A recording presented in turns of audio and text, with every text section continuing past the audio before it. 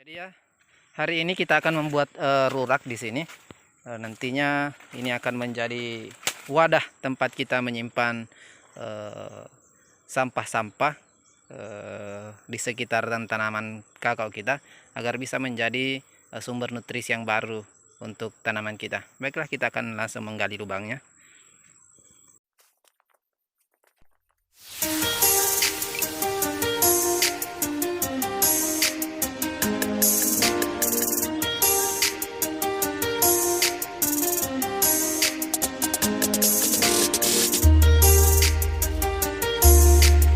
Ya, jadi seperti inilah hasilnya setelah kita melakukan penggalian untuk pembuatan rorak.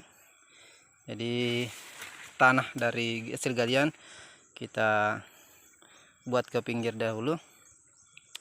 Jadi teman-teman atau sobat tani semuanya, di sini jangan ragu biasanya akar-akar daripada tanaman kakao kita ini putus terpotong oleh alat yang kita gunakan. Karena itu akarnya akan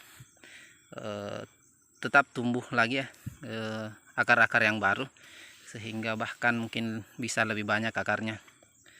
Dan tempat ini nanti kita akan jadikan wadah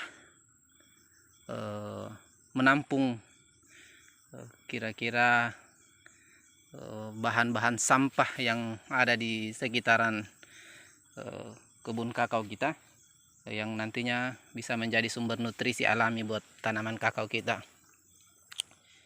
Jadi pertanyaan yang sering lagi muncul di sini adalah kenapa harus dirorak atau dibenam seperti ini. Jadi dengan menggunakan teknik ini,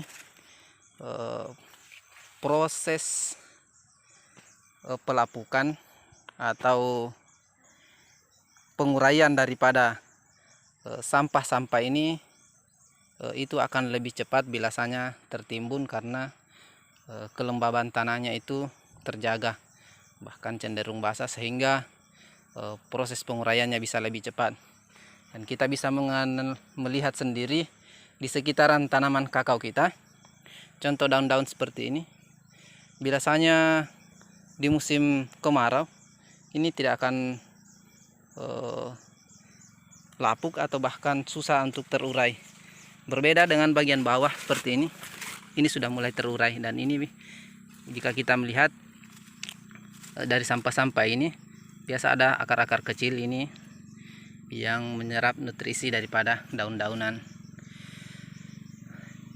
Jadi olehnya itu sebaik mungkin kita masukkan semua bahan-bahan sampah yang ada di sekitaran tanaman kita. Mudah-mudahan itu bisa menjadi asupan nutrisi lagi buat tanaman kita. Jadi selanjutnya mengenai sampah apakah yang harus kita masukkan ke dalam rorak ini. Jadi kita manfaatkan saja semua sampah yang ada di sekitaran tanaman kita, baik itu kayu-kayu atau daun-daunan daripada kakao kita. Namun kita tetap harus menjaga kelembaban dari sekitar tanaman sehingga pertumbuhannya tetap normal, dengan tetap melindungi tanaman kita dengan membuat mulsa alami di sekitaran tanaman kakao kita ini. Kecuali kalau terlalu tebal, kita melepas sebagian, kemudian kita masukkan ke dalam lubang dan benangkan. Kemudian selanjutnya daun gamal, daun-daunan coklat seperti ini dengan tangkainya.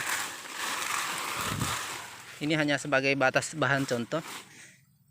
Kemudian bahan-bahan lain yang ada mungkin di sekitaran tanaman atau di area perkebunan kita, seperti ini, sabut kelapa, sabut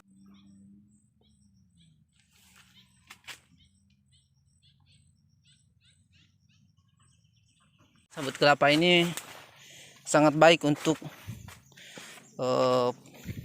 proses pembentukan buah karena memiliki kandungan kalium yang sangat tinggi. Jadi kita masukkan ke dalam rorak. Ya, ini batang pisang ini juga sangat baik. Ini kita cincang-cincang kecil-kecil supaya tidak terlalu banyak mengambil tempat. Kita masukkan ke dalam lubang rorak kita. Ya, inilah salah satu bahan yang seandainya kita memiliki banyak, oh ini lebih bagus lagi karena ini sudah barang jadi, tinggal dimasukkan saja ke dalam rorak. Jadi ini adalah contoh beberapa lagi yang bisa kita masukkan ke dalam rorak dari hasil pengupasan buah coklat kita yang biasanya kita tebar di atas permukaan saja. Ini kita bisa masukkan ke dalam rorak. Kulit buah ini juga memiliki kandungan nutrisi yang baik untuk tanaman kita ke depannya.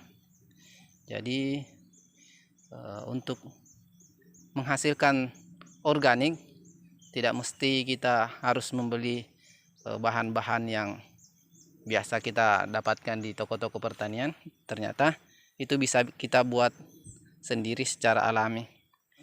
Daun-daunan, baik daun kelapa, daun pisang, bahkan pelepah pisang atau apa saja batangnya, itu bisa kita masukkan ke dalam lubang rorak. Kita tinggal mencincang semua bahan-bahan, kemudian kita masukkan ke dalam rorak kita. Dan apabila sudah penuh lubang rorak, kita tutup kembali. Kita lubangnya itu kita tutup kembali. Sebisa mungkin hasil lubang ini kita membuat gundukan nanti ke atasnya, itu lebih tinggi daripada permukaan tanah. Kenapa? Karena pada saat semua bahan organik atau sampah-sampah yang kita masukkan di dalam lubang ini nantinya itu sudah mengalami lapuk dan terurai, sehingga ini bisa tanahnya amblas dan turun, sehingga ini bisa menjadi lubang dan bahkan bisa menjadi tempat air tertampung, sehingga bisa menjadi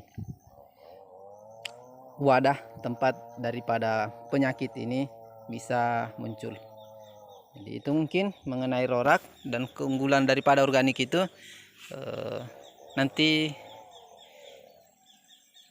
kita akan bahas selanjutnya.